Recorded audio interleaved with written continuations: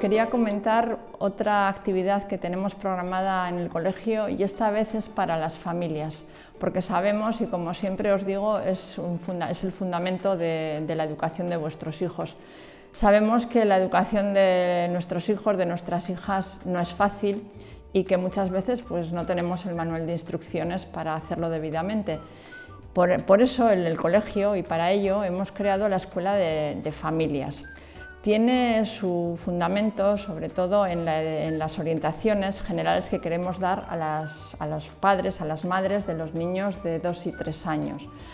Tratamos aspectos generales como del desarrollo, pero también problemas puntuales o cuestiones puntuales como pueden ser las rabietas, los celos, cómo quitamos el pañal, los premios, las recompensas, los castigos, bueno, unos cuantos temas de mucho interés, sobre todo en los primeros años de vida del niño. Ya sabéis que los de 0 a 3, de 0 a 6, siempre os digo que es donde se ponen las bases de toda la educación posterior y precisamente de toda la formación de la persona.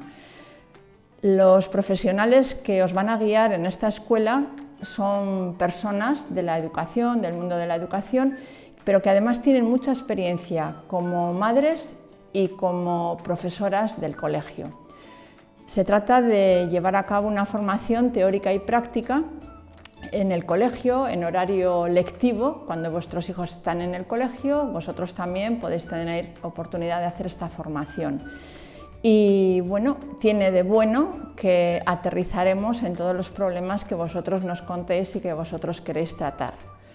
Por otro lado, el resultado de todo esto y cómo lo hacemos nosotros en el día a día en el colegio, pues vais a tener oportunidad de verlo, porque una imagen vale más que 1000 palabras, y para ello os vamos a invitar una mañana para que la paséis con vuestros hijos en el colegio, para que veáis cómo trabajamos con ellos en los distintos idiomas, en las distintas actividades, cómo tratamos y cómo educamos sus hábitos para que vosotros podáis hacer lo mismo en casa.